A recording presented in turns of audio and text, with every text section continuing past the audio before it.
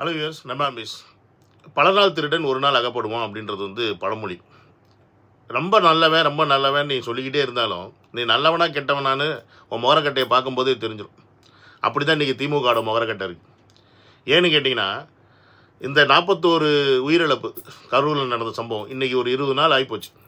இந்த 20 நாளாக இவங்க, அதாவது அரசாங்கம் செஞ்ச வேலை என்னன்னு பார்த்தீங்கன்னா, முழுக்க இந்த படியை தூக்கி விஜய் அவர்கள் மேலேயும் தமிழக வெற்றிகளது மேலேயும் போடணுன்ற ஒரே குறிக்கோளோட அவங்களால முடிஞ்ச எல்லா ஸ்ட்ராட்டஜியும் யூஸ் பண்ணாங்க.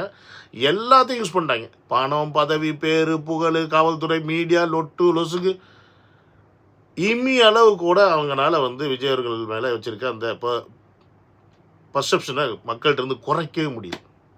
இது எல்லாத்துக்கும் மேலே இவங்க என்ன சொன்னாங்கன்னா, இந்த மக்கள் இன்னும் காசெல்லாம் வாங்கலை, அதனால் அந்த உயிரிழந்த குடும்பத்தை சேர்ந்த ஒருத்தவங்க கூட பார்த்தீங்கன்னா விஜய் அவர்களை தப்பாக சொல்லலை. அவங்களாம் 20 லட்ச ரூபா தரேன்னு சொல்லி அறிவிச்சிருக்கனால எங்கேயும் பேசிட்டோம்னா காசு கொடுக்காமல் போயிடுவாங்களோ அப்படின்னு அப்படி ஒரு நரேட்டிவ் செட் பண்ணிகிட்டு இருந்தாங்க.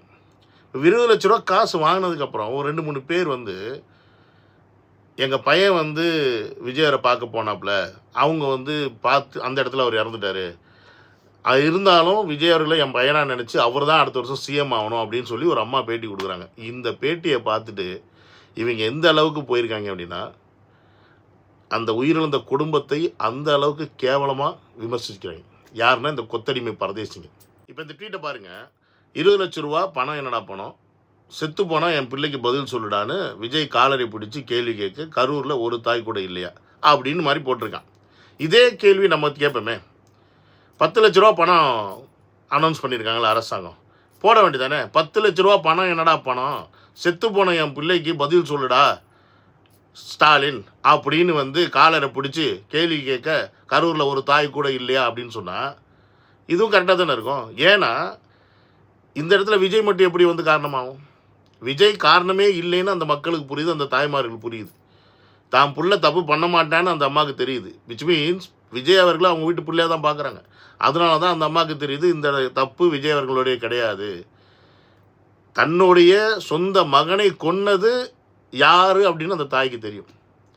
என்ன அந்த தாயினால் இன்றைக்கி நீ சொன்ன மாதிரி சட்டையை பிடிச்சி காலரை பிடிச்சி கேட்குறதுக்கு அவங்களால முடியாது. பிகாஸ் ஏன்னா எங்ககிட்ட அதிகாரம் கிடையாது, உங்ககிட்ட இருக்குது. இந்த அதிகாரம்னு ஒன்று இருக்கிறனால தான் இதை வச்சுக்கிட்டு நீ எந்த அளவுக்கு கேவலமாக அவங்கள பேச முடியுமோ அந்த அளவுக்கு பேசுகிறீங்க. இந்த அதிகாரத்தை நோக்கி விஜய் அவர்கள் வரணும் அப்படின்றனால தான் அந்த தாய்மார்கள் இன்றைக்கும் விஜய் அவர்கள் நம்புகிறாங்க, விஜய் அவர்கள் தான் வரணும்னு ஆசைப்பட்றாங்க. உங்களுடைய ஈன புத்தியும் ஈன செயலும் இந்த மக்களுக்கு தெரிஞ்சிருச்சு, புரிஞ்சிருச்சுன்றனால தான் உங்களை செருப்பால் அடிக்கிறாங்க. பார்த்தீங்கன்னு வச்சுங்களேன், இது அண்டா செந்தில் போட்டது. இதில் அவனுடைய கம்ப்ளீட் வைத்தறிச்சல் தெரியுது. ஏன்னு கேட்டிங்கன்னா, விஜய் மேலே இவ்வளோ ஒரு பாசமாக இவங்களாம் இருக்காங்களே அப்படின்றத அவனே ட்வீட்டாக போட்டிருக்கான். அதை நான் படிக்கிறேன் பாருங்கள். என் கணவரை விட எனக்கு அவரைத்தான் பிடிக்கும் என்று பெண்மணி சொன்னதோ, என் தாய் தந்தை விட தனக்கு விஜய் தான் முக்கியம் என்று இளைஞர் சொல்வதோ, கூட்டத்தில் சிக்கி உயிரே போனாலும் விஜயை பார்த்துவிட்டு தான் போவோம் என்று சில இளம் பெண்கள் சொன்னதோ, இறந்து போன தன் குழந்தையின் புகைப்படத்தை கையில் வைத்து விஜய் ஒரு புகைப்படம் எடுத்தால் போதும் என்று ஒரு பெற்றோர் சொன்னதோ, தன் 2 குழந்தைகள் இறந்த சூழலிலும் விஜய் மீது தனக்கு துளியும் கோபமில்லை என்று அக்குழந்தைகளின் தாய் சொன்னதோ, தன் பிள்ளையின் விதி அவன் போய் சேர்ந்துட்டான் என்று ஒரு பெண்மணி சொன்னதோ, இதயத்தை கனமாக்கியதெனில் விஜயை பக்கத்தில் நின்று பார்க்கும் வாய்ப்பு தன் குழந்தை மூலம்தான் தனக்கு கிடைத்தது என்றும், என்ன ஒன்று அதற்கு ஈடாக தன் குழந்தையின் உயிரை கொடுக்க வேண்டியது இருந்தது என்று சொல்லும் தாயின் வார்த்தைகள் இதயத்தை ரணமாக்கியது. விதியை என் செய் நினைத்திட்டா என் தமிழ் சாதி. உன் தமிழ் சாதி இல்லைடா அது உனக்கு புரியல. இப்போ தான் உண்மையான தமிழ் சாதியும் உண்மையான தமிழரை நீ பார்க்குற. ஒரு தமிழர் மேலே அன்பு வச்சா எந்த அளவுக்கு காட்டுவான் அப்படின்றது இப்போ தான் நீ பார்க்குற. அதனால தான் உங்களுக்குலாம் வயிறு எரியுது. நாங்கள் தான் அதை பலவாட்டி சொல்லிக்கிட்டே இருக்குமே, விஜய் அவர்களே நாங்கள் உங்களை மாதிரி ஒரு அரசியல்வாதியாக பார்க்கல, அவர் எங்கள் வீட்டில் ஒருத்தர். அதனால தான் எந்த தாய்மார்களுக்கும் அவர் மேலே ஒரு வருத்தமோ ஒரு கோபமோ கிடையாது. ஏன்னா அவங்களுக்கு எல்லாருக்குமே தெரியும் அங்கே நடந்தது முழுக்க ஒரு திட்டமிட்ட சதி. ஏன்னா நீங்கள் ஒரு கொலகார கும்பல் அப்படின்றது தமிழர்களுக்கு நல்லாவே தெரியும். 1.5 லட்சம் பேர் ஈழத்தில் செத்தப்பையும் நீங்கள் இதே ஒரு நாதாரித்தனத்தை தான் பண்ணிக்கிட்டு இருந்தீங்கன்னு தெரியும்.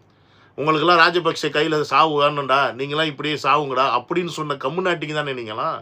என்ன நினச்சிட்டீங்க? சம்பவம் நடந்த உடனே அந்த இடத்துல அன்பில் மகேஷ், செந்தில் பாலாஜி, சிஎம், அதுக்கப்புறமா வந்து துணை முதலமைச்சர் எல்லாரும் வந்து பார்த்துட்டு போயிட்டா, உடனே வந்து ஒப்பாரி வச்சுட்டு போயிட்டீங்கன்னா, நாங்கள் வந்து நம்பிடுவோம். நீங்கள்லாம் நல்லவங்க, நீங்கள் எங்களுக்கானவங்க, எங்களை மேலே அக்கறை போடுறீங்கன்னு.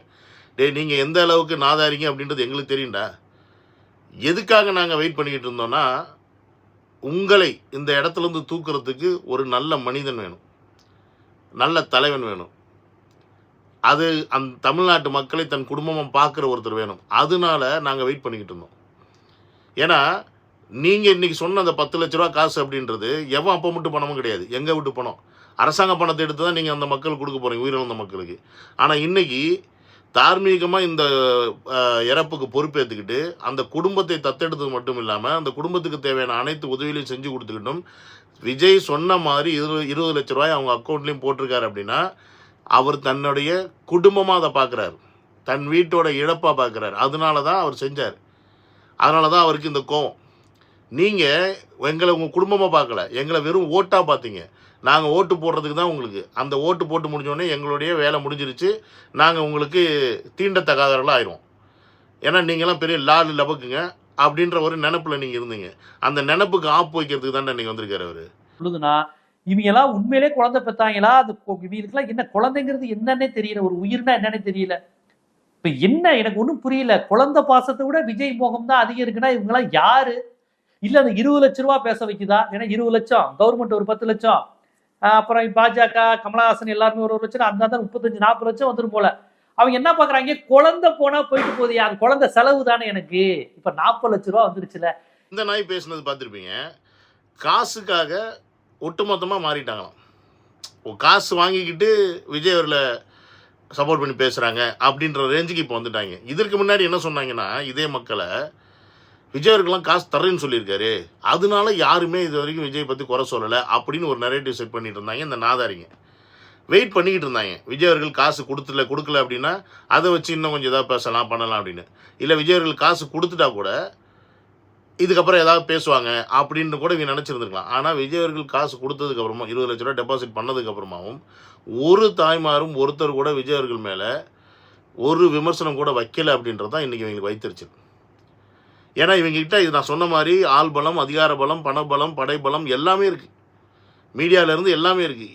ஆனாலும் அந்த மக்களை போய் பார்க்குறாங்க, மக்கள்கிட்ட போய் இன்டர்வியூ எடுக்கிறாங்க. இவன் உண்மையாக சொல்ல போனால் அந்த மக்களை மிரட்டி கூட இருக்கலாம், விஜய்க்கு நீங்கள் வந்து அகேன்ஸ்டாக பேசுங்கன்னு. இருந்தும் ஒரு நபர் கூட விஜய் அவர்களை குறை சொல்லலை அப்படின்னும் போது இவங்க போட்டு வச்ச ஒட்டுமொத்த பிளானும் என்ன பண்ணுறதுன்னு தெரியாமல் அப்படி சுக்குநூறாக போயிடுச்சு. ஏன்னா அந்த 27ஆம் தேதி கரூரில் நடந்த அந்த சம்பவம் அன்னையிலிருந்து இன்னைக்கு வரைக்கும் அவங்களால என்னென்ன பண்ண முடியுமோ அத்தனையும் பண்ணிக்கிட்டு இருக்கு இந்த திமுகவுடைய கொத்தடிமை கூட்டமும் சரி, திமுகவும் சரி. ஆனால் ஒரு துளி கூட விஜய் அவர்கள் மேலே இந்த கரையை அவங்களால சுமத்தவே முடியல. இதுக்கு முன்னாடி என்ன சொல்லிகிட்டு இருந்தாங்க அப்படின்னா, விஜய் அவர்கள் அந்த இடத்துல இல்லை, ஓடி போயிட்டாரு, அவர் வந்து பார்த்திங்கன்னா மக்களை பார்க்காம ஓடிட்டார் அப்படின்னாங்க. சுப்ரீம் கோர்ட்டில் ஆதவர்ஜினா நாங்கள் அங்கே தான் இருந்தோம், அதுக்கு எல்லாமே எங்ககிட்ட ப்ரூஃப் இருக்குது அப்படின்னு சொல்லி அவர் சொன்னதுக்கப்புறம் இன்றைக்கி பார்த்தீங்கன்னா எவனுமே விஜய் அவர்கள் ஓடி போயிட்டாருன்னு சொல்ல மாட்டாங்க, விட்டுட்டாங்க, அந்த பாயிண்ட்டை விட்டுட்டாங்க. ஆனால் என்ன சொல்கிறாங்க, விஜய் அவர்கள் இப்போ லேட்டாக வந்தது தான் காரணம் அப்படின்னு அந்த ஒரு பாயிண்ட்டை எடுத்து வச்சுட்டு இன்னும் ஓட்டிக்கிட்டு இருக்காங்க. இன்றைக்கி நாளைக்கு அந்த பாயிண்ட்டும் உடைப்பட்டுச்சு அப்படின்னா இது ஒரு விபத்து அப்படின்னு அந்த பாயிண்ட்டுக்கு வந்துடுவாங்க. இப்போ ஆல்மோஸ்ட் விபத்துன்ற அந்த பாயிண்ட்டு தான் வந்தாங்க. ஏன்னா இவங்களுக்கு தெரிஞ்சிருச்சு நம்ம பண்ணுற தில்லாலங்கடி ஃப்ராடு தானே எல்லாம் இனி வெளியே வரப்போகுது அப்படின்றதெல்லாம் தெரிஞ்சிருச்சு. இதெல்லாம் மறைக்கிறதுக்கு என்னெல்லாம் பண்ணுறாங்கன்னா, கரூரில் செந்தில் பாலாஜி பார்த்திங்கன்னா இந்த தீபாவளியை முன்னிட்டு கிட்டத்தட்ட 88,000 குடும்பத்துக்கு ஸ்வீட்டு, 1000 ரூபா காசு, அப்புறம் அண்டா, இவங்களுக்கு தெரிஞ்சதாலும் அண்டா மட்டும்தான் போல் இருக்குது. அந்த அண்டாக்குள்ளே என்ன துவச்சி கொடுத்தாங்கன்னு தெரியல. இவ்வளோ பேருக்கும் வந்து இந்த தீபாவளிக்கு வந்து கொடுத்துருக்காங்க. அப்போ இந்த காசெல்லாம் யார் வீட்டு காசு? எல்லாம் நம்மளோட காசு. சரி, நம்ம காசு நம்ம மக்களுக்கு போகிறது பிரச்சனை கிடையாது. ஆனால் இவங்க எவ்வளோ கொள்ளையடிச்சு வச்சுருந்தா அதை கொண்டு போய் கொடுக்க முடியும் அப்படின்றத நம்ம யோசிக்கணும். ஏன்னா இது ஒரு ஊருக்கு மட்டும் ஒரு செந்தில் பாலாஜி செய்கிறது, ஒட்டுமொத்த தமிழ்நாட்டு மக்களுக்கும் இது கிடைக்கக்கூடிய விஷயம் கிடையாது. அப்போ ஒருத்தருக்கு மட்டும்தான் இது கிடைக்கிது, மற்றவங்களுக்கு கிடைக்கல அப்படின்னாவே அது வந்து தவறு. ஏன்னா அரசாங்கம் ஒரு திட்டத்தை அறிவித்தால் அது ஒட்டுமொத்த மக்களுக்கும் கிடைக்கணும். ஆனால் இங்கே அப்படி இல்லை. இவங்க செஞ்ச தப்பை மறைக்கிறதுக்கு என்னென்ன வேலை செய்கிறாங்க பாருங்க. இன்றைக்கி எந்த அளவுக்கு கீழே இறங்கி போய் இந்த மக்களை எந்த அளவுக்கு இழிவுபடுத்த முடியுமோ அந்த அளவுக்கு போய் இழிவுபடுத்திட்டு இருக்காங்க. ஸோ இந்த விஷயத்தை தான் நீங்களாம் மக்கள்கிட்ட கொண்டு போய் சேர்க்கணும். திமுக எப்படி ஒரு கேடுகெட்ட ஆட்சியை கொடுத்துக்கிட்டு இருக்கு, எப்படி ஒரு கேடுகெட்ட கட்சி அப்படின்றத மக்கள்கிட்ட கொண்டு போய் சேர்க்கணும். ஒத்துக்கிறேன், முன்னாடி இருந்த காலகட்டத்தில் திமுகவையும் அதிமுகவையும் நம்மளால் மக்கள்கிட்ட கொண்டு போய் அவங்களோட நிஜ முகத்தை காட்ட முடியல. ஏன்னா அதற்கான இந்த மீடியாவோ இல்லை மற்ற விஷயமோ நம்மக்கிட்ட கிடையாது. ஆனால் இன்றைக்கி அது இருக்குது. நம்மக்கிட்ட இருக்க ஃபோன் தான் நம்மளுடைய இன்றைக்கி இருக்க ஸ்ட்ரென்த். சோஷியல் மீடியா தான் நம்மளோட ஸ்ட்ரென்த். அது இருக்கிறனால தான் இன்றைக்கி இந்த பரதேசிகளோட மூஞ்சிகளை நம்ம தோல் உரிச்சு காட்டுறோம். இதை நம்மளுடைய அப்பா அம்மா தாத்தா பாட்டி இந்த மாதிரி இருக்கவங்களுக்கு சொல்லி காட்டி புரிய வைங்க. அப்போ தான் இந்த நாய்ங்களை செருப்பால் அடித்து இந்த ஊரை விட்டு துரத்த முடியும். ஏன்னா இவங்க இருக்கிற வரைக்கும் இந்த ஊர் உருப்படவே விடாது, நாடு விளங்கவே விளங்காது. இவங்களை அடித்து துரத்துனா மட்டும்தான் தமிழ்நாடு விளங்கும். அதுக்கு செய்ய வேண்டியது என்ன அப்படின்னா 2026 தளபதி அந்த இடத்துல வந்து உட்காரணும். இதை மக்கள் புரிஞ்சுக்கிட்டு செயல்படணும். இல்லைன்னா இன்றைக்கி கரூர் மக்களுக்கு நடந்தது தான் நாளைக்கு எல்லா ஊர் மக்களுக்கும். நீ செத்து போனேன்னா அதை கொஞ்சம் கூட கன்சிடர் பண்ண மாட்டாங்க. நம்ம உசுரெல்லாம் இவங்களை பொறுத்த வரைக்கும் மசுறு தான். அதை நீங்கள் புரிஞ்சுக்கங்க. ஓட்டு போடுறது மட்டும்தான் நம்மளோட வேலை அப்படின்னு மட்டும் அந்த பாயிண்டில் மட்டும்தான் இவங்க பார்க்குறாங்க ஒழிய நம்மளுடைய வாழ்க்கையை மேம்படுத்தணும், நம்மளோட வாழ்க்கை தராதரத்தை மேம்படுத்தணுன்ற துளி கூட எண்ணம் இல்லை. இவங்களுடைய அரசியல் லாபத்துக்காக என்ன வேணால் செய்யக்கூடிய ஒரு ஈனப்பய கூட்டமாக தான் இப்போ இந்த கூட்டம் இருக்குது அப்படின்றத புரிஞ்சுக்குங்க. இதை புரிஞ்சுக்கிட்டீங்க அப்படின்னா என்ன செய்யணும் உங்களுக்கு தெரியும். அதை செய்யுங்க அப்படின்றத சொல்லி இந்த வீடியோ முடிச்சுக்கிறேன். See you on another video. Love you all. Take care. Bye.